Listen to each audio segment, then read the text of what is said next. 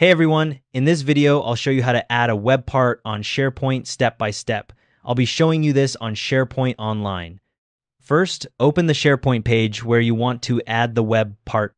If you're starting from your site's homepage, click Site Contents on the quick launch bar, then click Site Pages, and then click the page you want to edit. The page will load in view mode.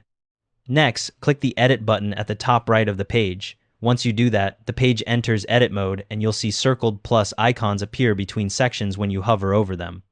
Now hover your mouse above or below an existing web part or below the title area.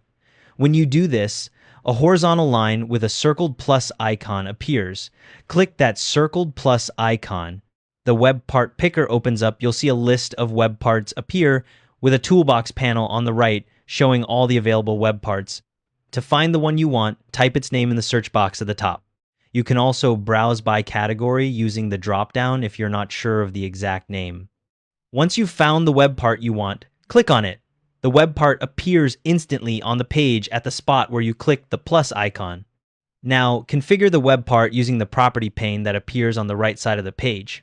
Each web part has different settings, so the options you see will depend on which web part you added. The property pane shows all the customization options for that specific web part. Just work through the settings you need. When you're done configuring, click Save and Close or Republish at the top of the page. Depending on your organization's settings, you might see Save as Draft instead. If so, you'll need to click Publish after saving to make your changes visible to others.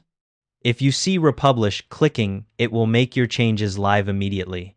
After you've added a web part, you can click on it to see a small toolbar on the left with options to move it, delete it, or duplicate it. The duplicate option is handy because it copies the web part including all its configuration settings. Also, keep in mind that if you're working in flexible sections, the circled plus method doesn't work. You'll need to use the toolbox panel on the right instead. And that's all there is to it. Thanks for watching.